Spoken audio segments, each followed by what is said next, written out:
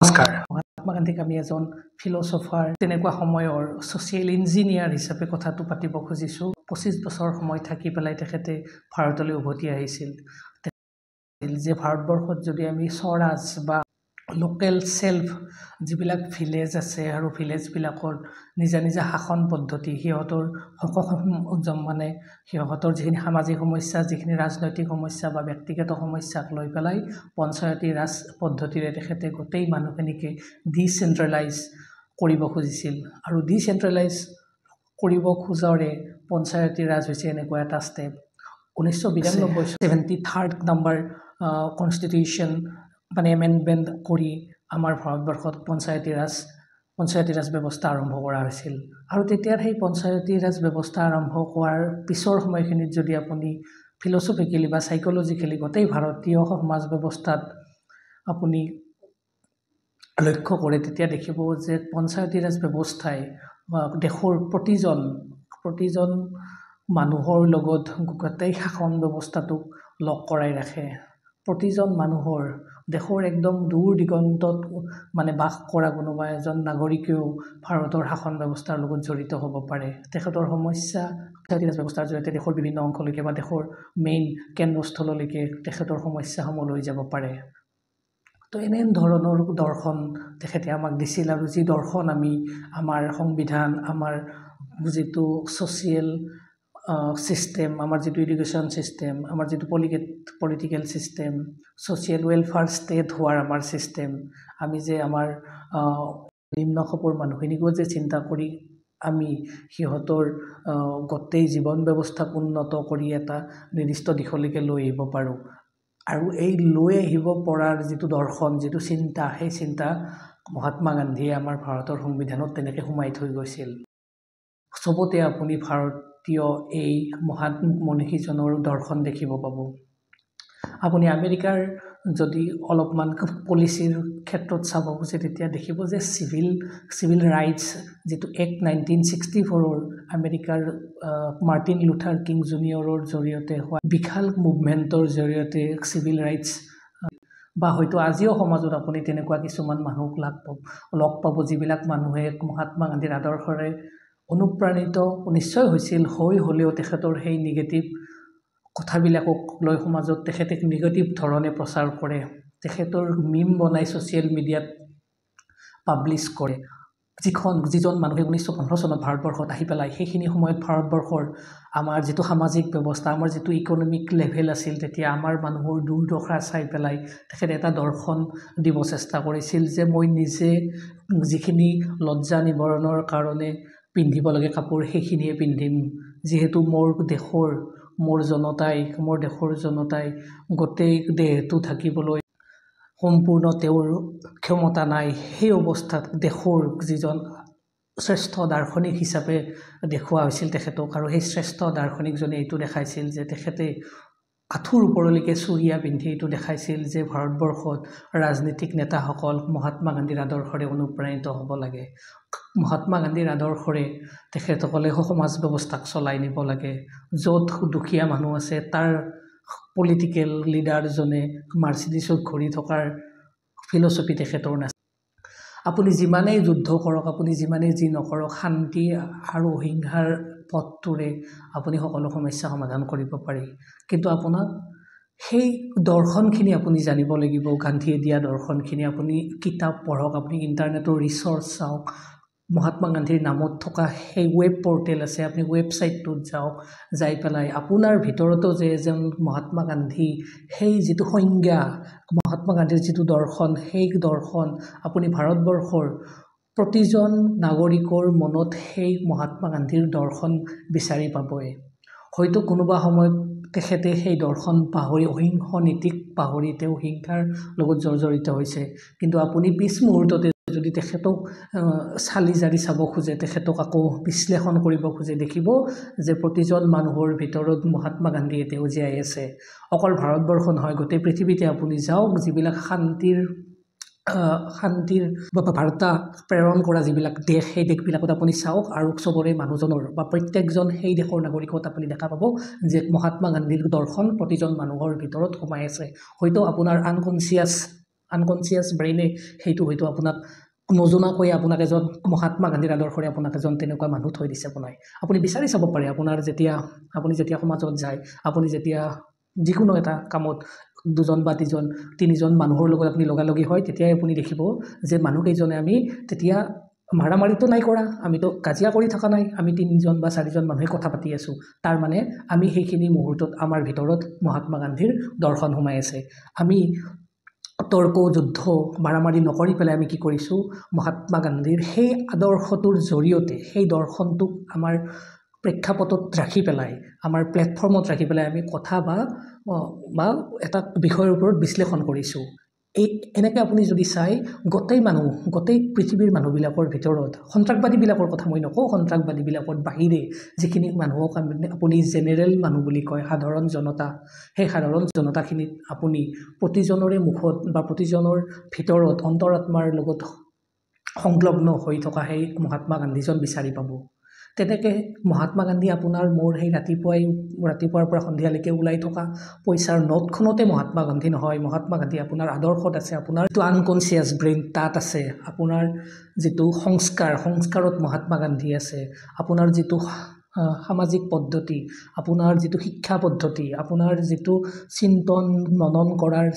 শক্তি সকলোতে মহাত্মা গান্ধীক আপুনি বিচাৰি পাব কিন্তু তাৰ কাৰণে প্ৰয়োজন হ'ব আপুনি সেই মহাত্মা গান্ধীজনক আপোনাৰ ভিতৰত আপুনি বিচাৰি ওলাব লাগে এই যিটো মহাত্মা গান্ধীক আমাৰ নিজৰ অন্তৰাত্মাৰ লগত আমি মহাত্মা গান্ধীক চাওঁ মহাত্মা গান্ধীৰ দৰ্শন বিচাৰি চাওঁ এই দৰ্শনৰ মাজেদিয়ে যোৱা ৰাস্তাটো হৈছে অহিংসা নীতি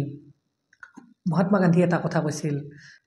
there is no way to peace but peace is the way হয় আপুনি শান্তি সমৃদ্ধি বিচাৰি আপুনি যাব নোৱাৰে শান্তি আনি পেলাই আপুনি জীয়াই থকাটোৱে হৈছে আপোনাৰ এটা নীতি শান্তি আপুনি নিজে আনিব পৰা বস্তু শান্তি আপুনি আপোনাৰ মনত আপোনাৰ সমাজ ব্যৱস্থাত আপোনাৰ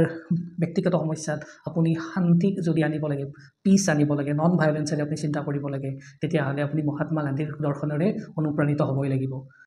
এন্থ্ৰপলজি নামৰ ছাবজেক্টটোই বা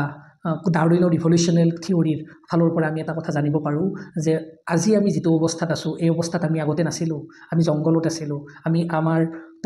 চিন্তা পদ্ধতি আমি লাহে লাহে চেঞ্জ কৰি আহিছোঁ পৰিৱৰ্তন আনিছোঁ তাত আমি অহিংসা তাত আমি শান্তি তাত আমি মহাত্মা গান্ধীৰ দৰ্শন সানি আজিৰ এই অৱস্থাটোলৈকে আহিছোঁ কিন্তু এইটোও নহয় যে আমি গোটেই সমাজখনে আজি শান্তিত আছে নাই শান্তিত আপুনি যদি পিচ ইণ্ডেক্স চাই ইণ্টাৰনেশ্যনেল পিচ ইণ্ডেক্স আপুনি বিচাৰি চাই ভাৰতবৰ্ষ আছোঁ আমি 116 নম্বৰ স্থানত এইবাৰত আৰু আপুনি যদি যিবিলাক দেশ আপুনি মানে টপ 1 টপ 2 টপ 10লৈকে বিচাৰি চাই তেতিয়ালৈকে আপুনি পাব সেই দেশবিলাক গান্ধীৰ দৰ্শনেৰে অনুপ্ৰাণিত হৈ চলোৱা এখন ছ'চাইটি য'ত সেই ছ'চাইটিৰ আজি আমি যদি ইণ্ডেক্স উলিয়াই চাওঁ তেতিয়া আমি সেই ইণ্ডেক্সত দেখা পাম যে সেই দেশবিলাক চবতকৈ বেছি শান্তিপ্ৰিয় কিয় শান্তিপ্ৰিয় সিহঁত কাৰণ তেখেতসকলে ভাৰতৰ জন্ম পোৱা এই মহান মনীষীজনৰ দৰ্শনেৰে অনুপ্ৰাণিত হৈ তেখেতসকলৰ ছ'চাইটিৰ নৰ্মছ ছ'চাইটিৰ ভেলুসমূহত মহাত্মা গান্ধী সোমাই লৈছে আৰু মহাত্মা গান্ধী সোমাই লোৱাৰ কাৰণে আজি তেখেতসকলে বিশ্বৰ দৰবাৰত এক সুস্থ নাগৰিকক জন্ম দিব পাৰিছে যি নাগৰিকে বিশ্ব ব্ৰহ্মাণ্ডৰ বিভিন্ন সূত্ৰ সমস্যাক লৈ পেলাই সিহঁতে ৰিচাৰ্চ কৰিব পাৰে কিন্তু আমি যিখন দেশত মহাত্মা গান্ধীৰ জন্ম হ'ল সেই দেশখনতে আমি তেখেতক নিগেটিভলি মিম বনাওঁ ছ'চিয়েল মিডিয়াত পাব্লিছ কৰে আপুনি সেই নিগেটিভ এটিটিউডৰ মানুহবিলাকক চাওক যোনে মহাত্মা গান্ধীৰ মিম বনাই পেলাই পাব্লিছ কৰি আছে নিজৰ হোৱাটছএপ ষ্টেটাছত মহাত্মা গান্ধীৰ মিম বনাইছে মিম শ্বেয়াৰ কৰিছে মানে মহাত্মা গান্ধীক আপুনি সেই দাৰ্শনিক সেই ছ'চিয়েল ইঞ্জিনিয়াৰৰ যিটো ডেজিগনেশ্যন তাৰ পৰা আপুনি বহুত তললৈকে লৈ গুচি গ'ল যাৰ পৰা মিম বনাব পাৰি যাক আমি জকাৰ বনাব পাৰোঁ তেনেকুৱা হৈ গ'ল আমাৰ সমাজ ব্যৱস্থা আৰু এইটো নহয় যে সমাজ ব্যৱস্থা সম্পূৰ্ণৰূপে ধ্বংস হৈ গ'ল যোৱা নাই গান্ধীৰ আদৰ্শ যেতিয়ালৈকে ভাৰতবৰ্ষত আছে তেতিয়াই ভাৰতবৰ্ষ গোটেই বিশ্ব ব্ৰহ্মাণ্ড গোটেই বিশ্বতে ভাৰতবৰ্ষই এক বিশ্বগুৰুৰ ৰূপত দেখা দিব পাৰিব যিহেতু মহাত্মা গান্ধী এটা সময়ত আমাৰ গোটেই পৃথিৱীৰে বিশ্বগুৰু আছিল তেতিয়াহ'লে ভাৰতবৰ্ষত আমি তেখেতৰ আদৰ্শৰে আকৌ এবাৰ ভাৰতবৰ্ষক বিশ্বগুৰুৰ ৰূপত লৈ যোৱাৰ কাৰণে আমি আগবাঢ়িব পাৰোঁ কিন্তু তাৰ কাৰণে আমাক লাগিব পলিটিকেল ছিষ্টেমটোৱে আমাক এনেকুৱাকৈ তৈয়াৰ কৰিব লাগিব যে আমি নন ভায়োলেন্স নীতিৰ ওপৰত সত্যাগ্ৰহৰ ওপৰত কোনো এটা বস্তুৰ সত্যতাৰ ওপৰত আমি বিশ্লেষণ কৰিহে যদি আমি চিন্তা কৰোঁ তেতিয়াহে আমি বিভিন্ন ধৰণে আগবাঢ়িব পাৰিম আমাৰ সমাজ ব্যৱস্থাত গান্ধীৰ দৰ্শনক আমি সোমাই ল'ব পাৰিম আজি আমাৰ ল'ৰা ছোৱালীখিনি যিখিনি ক্লাছ ধৰি লওক মই 7-8ৰ পৰা ধৰিছোঁ 7-8ৰ পৰা যদি আপুনি 11-12 তাৰপিছত ডিগ্ৰী তাৰপিছত মাষ্টাৰ ডিগ্ৰী এইখিনিৰ আমাৰ যিখিনি ছাত্ৰ ছাত্ৰী আছে সেই ছাত্ৰ ছাত্ৰীখিনিক যদি আপুনি গান্ধীৰ আদৰ্শৰে অনুপ্ৰাণিত কৰিব নোৱাৰে তেতিয়া হয়তো আমি গোটেই সমাজ ব্যৱস্থাটোই চেষ্টা কৰি যিটো চেষ্টা কৰিছোঁ যে আমাৰ সমাজ ব্যৱস্থা ওপৰত যাওক আমাৰ ইয়াত শান্তি আহক তেতিয়ালৈকে শান্তি নাহিব যেতিয়ালৈকে আমাৰ ছাত্ৰ ছাত্ৰীসকলে গান্ধীৰ আদৰ্শৰে অনুপ্ৰাণিত নহ'ব মই নাই কোৱা যে আপুনি আজি ধুতি পিন্ধি পেলাই মহাত্মা গান্ধীৰ দৰে তেনেকৈ আপুনি দাণ্ডি মাৰ্চ কৰক নালাগে তেনেকুৱা দাণ্ডি মাৰ্চ কৰাব আপোনাৰ যিটো সংজ্ঞা আপোনাৰ যিটো কনচিয়াছনেছ সেই অন্তৰাত্মাৰ লগত আপুনি মহাত্মা গান্ধীক ভিতৰত সোমাই লওক তেখেতক এনেকুৱাকৈ আপুনি তেখেতৰ আদৰ্শবিলাকক আপুনি জীৱন ক্ষেত্ৰত প্ৰয়োগ কৰিব চাওক যিবিলাক আদৰ্শই মহাত্মা গান্ধীয়ে সেই আদৰ্শই আমাক এদিন এনেকুৱাকৈ অনুপ্ৰাণিত কৰি আনিব যে আমি জীৱন ক্ষেত্ৰত হোৱা সমস্যাবিলাকক সহজে সমাধান কৰি উলিয়াব পাৰিম তাৰ মূলতে হৈছে তেখেতৰ দৰ্শন তেখেতৰ শান্তি আৰু অহিংসাৰ দৰ্শন মহাত্মা গান্ধীক আপুনি একজন মুক্তিযুঁজাৰু হিচাপে নাচাব তেখেতক এজন দাৰ্শনিক হিচাপে চাওক তেখেতক এজন সেই সময়ৰ ছ'চিয়েল ইঞ্জিনিয়াৰ হিচাপে চাওক তেখেতক এজন সমাজ সংৰক্ষক হিচাপে চাওক যাৰ নীতিৰে আজি অনুপ্ৰাণিত হৈ ভাৰতবৰ্ষৰ সংবিধানে কাম কৰে ভাৰতবৰ্ষত আপুনি যদি সুপ্ৰিম কোৰ্টত যায় সুপ্ৰিম কোৰ্টৰ মানে আপুনি যিকেইটা জাজমেণ্ট থাকে জাজমেণ্টবিলাকত যদি আপুনি সোমাব খোজে তেতিয়া আপুনি দেখা পাব যে মেক্সিমাম জাজমেণ্ট মহাত্মা গান্ধীৰ আদৰ্শৰে অনুপ্ৰাণিত হৈ দিয়া কিয় আমি তেখেতক আমাৰ সমাজ ব্যৱস্থাত ৰাখি থ'ব লাগে তাৰে মূল কাৰণ হৈছে যে তেখেতৰ দৰ্শন আজি হয়তো কিছু সংখ্যক মানুহে ৰিচাৰ্চ কৰিছে দৰ্শনৰ ওপৰত তেখেতৰ সেই দৰ্শনৰ ওপৰত বহুত মানে extensive research program should be happened in India to inculcate the energy of the non-violence, the energy of the peace in the society. So we need to try to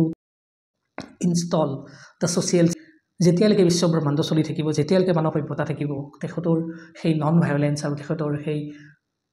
সত্যাগ্ৰহৰ the journey to truth এই যিটো তেখেতৰ দৰ্শন সেই দৰ্শন গোটেই পৃথিৱীতে চলি থাকিব সমাজ ব্যৱস্থা কেনেকৈ চলিব সমাজ ব্যৱস্থাই কেনেকৈ ছ'চিয়েল ৱেলফেয়াৰ ষ্টেট হিচাপে দেখা দিব কেনেকৈ বিশ্বৰ সন্মুখত ভাৰতবৰ্ষই থিয় দিব কেনেকৈ কলনিয়েলিজিমৰ দৰে কিছুমান এনেকুৱা সাম্ৰাজ্যবাদীয়ে যাতে গোটেই পৃথিৱীতে নিজৰ সাম্ৰাজ্যবাদ প্ৰকাশ কৰিব নোৱাৰে তাৰ মূলতে থাকিব গান্ধীৰ সেই মূল ভেটি গান্ধীৰ দৰ্শনৰ মূল ভেটি লৈ পেলাই গোটেই সমাজ ব্যৱস্থাত আমি যুঁজিব পাৰিম সকলো সমস্যা আপোনাৰ সমাজ ব্যৱস্থাৰ সমস্যা আৰু Satyagraha the journey to truth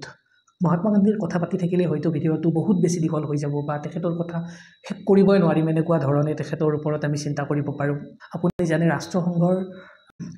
sustainable development গ'ল বা আমি যে গোটেই পৃথিৱীতে এটা বেলেঞ্চ মানে ইক'লজিটো যে বেলেঞ্চ কৰি ৰাখিব লাগিব এই ইক'লজিটো বেলেঞ্চ কৰি ৰখাৰ যিটো ফিল'চফি যিটো আইডিয়া যিটো থটছ সেই থটছটো মহাত্মা গান্ধীৰ পৰা পাইছিল মহাত্মা গান্ধীৰ সেই দৰ্শনৰ পৰা অনুপ্ৰাণিত হৈ ছাষ্টেইনেবল ডেভেলপমেণ্ট গ'ল 2030 ছেট কৰিছে আপোনাৰ ৰাষ্ট্ৰসংঘই আৰু গোটেই দেশে সেই 193 বা 192খন দেশে যোনে ৰাষ্ট্ৰসংঘৰ লগত জড়িত হৈ আছে তেখেতসকলে সেই নীতি মানি লৈছে আৰু মানি লৈছে যে আমি আমাৰ